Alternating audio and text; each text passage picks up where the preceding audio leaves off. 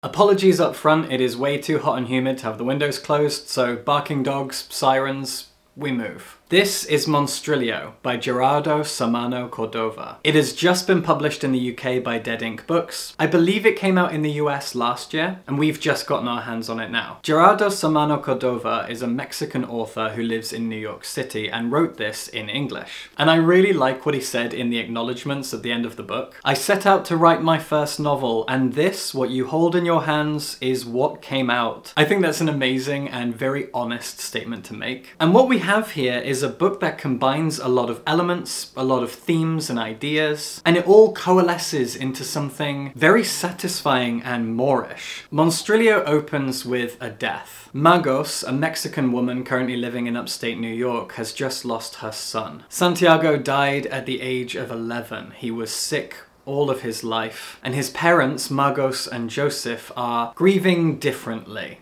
and disagreeing and butting heads because of that. It's a very human time, and a very, very tragic one. And for a while, the story follows Magos as she makes the bold and strange move to cut off a piece of her son's lung. She takes it to Mexico City, where she stays for a while with her mother, and she's told by her mother's housekeeper that legend says sometimes if you take a piece of someone who's died, quite often it's a tooth or something a little easier to remove than a piece of lung, and you nurture it like you would, say, a plant, it'll grow into something or someone new. This housekeeper swears this happened to someone that she knows. And Magos gives it a whirl, and it works. What grows out of this piece of lung is Monstrilio. At first, a weird, fleshy, rat-like creature, which eventually grows and evolves like a Pokemon into something more furry, with a mouth and fangs, something that is hungry for meat. And eventually, Monstrilio will grow into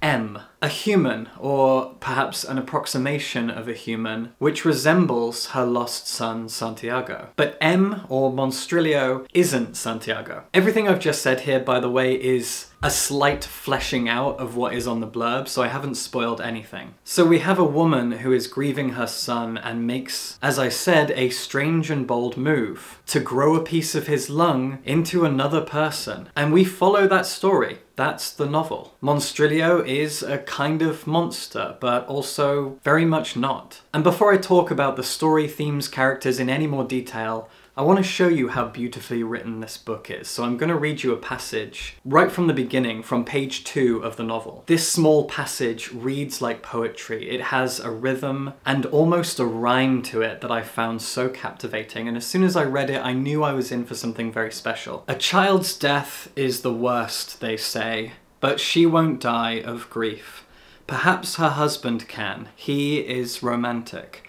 Their son's body will be taken away for cremation, then a funeral, black clothes, sad family, and sad friends. They are away from Mexico. In her fantasies, his death was in Mexico, but instead it happened in this middle-of-nowhere house they have secluded themselves in. She feels anger, a faint anger, only a lighter's flame of wanting to blame her husband, but her husband is too wretched to be blamed. In this house in upstate New York, surrounded by trees, an owl hoots in the morning, thinking itself a rooster. Her son loved this morning owl, his tiny body wound in rapture. She listens for the owl, but perhaps it has already hooted and she has missed it. She mumbles a list in order to hear something. There are events that follow a death, and this reminds her of her friend Lena, always thinking steps ahead. But what needs to come will not come yet. She is not done with her son, not yet ready to hand him away. That is poetry. I can't read it in any other way than how I read my poems when I go to open mic nights. There's an incredible rhythm to it, wonderful imagery.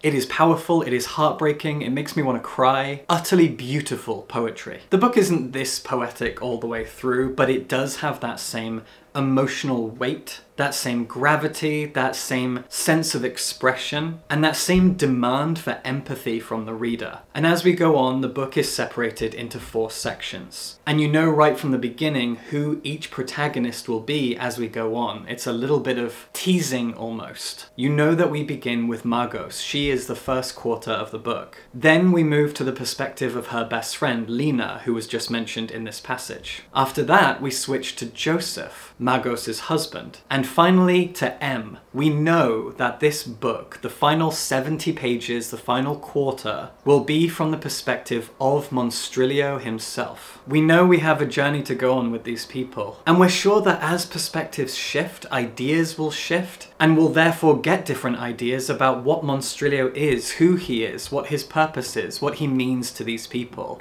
how they see him, and what they think should be done with him, if anything. After all, if we know that he will eventually be a protagonist at the end of everything, then we know he's going to grow into someone who can think and feel and move, have relationships, and be conscious enough to be a narrator of a story. The whole novel is obviously about grief and how we grieve.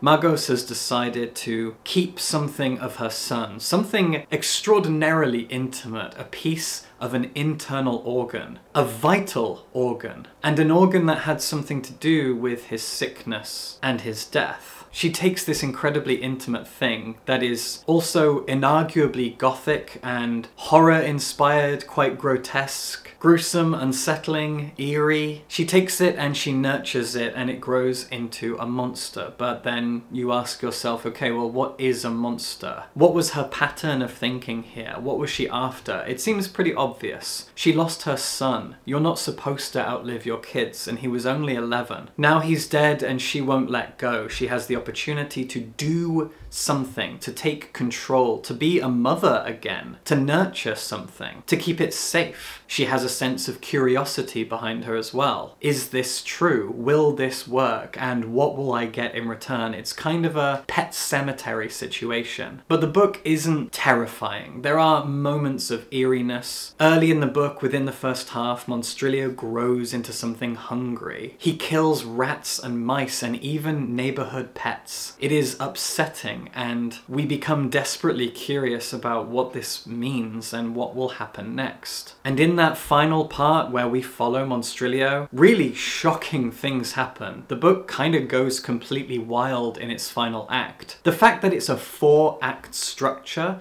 makes the whole thing feel a little bit off kilter. We are almost naturally inclined towards a 3-act or 5-act structure. 4 feels off balance, like it's poorly rhythmic, but it works because of that, because of what it is, a horror-inspired gothic family drama. And so at the end we follow Monstrilio in his life, in what that life is, and he does some terrifying things, but he also demonstrates an enormous amount of humanity and compassion, but I don't want to go into any of that because I don't want to spoil it for you. I'm only telling you this because we know he will be a protagonist, and I feel like it's worth knowing that we are going on a human journey. The book asks us to consider a lot of things about what life is, about what parenthood is. And it's also worth mentioning here that the book is surprisingly and wonderfully queer. Margos and Joseph are a man and a woman who are married and have a kid. It's very nuclear family, heteronormative. But part 2 follows Lena, who is a doctor and a lesbian. And then when we get to part 3, very minor spoilers, we learn that Joseph is bisexual, and that's important. And that Monstrilio, who is presented as a boy, grew from the lung of a boy. As he grows into a person or a person-shaped thing, we realize that he's gay. Everyone in this book is queer except for Margos, and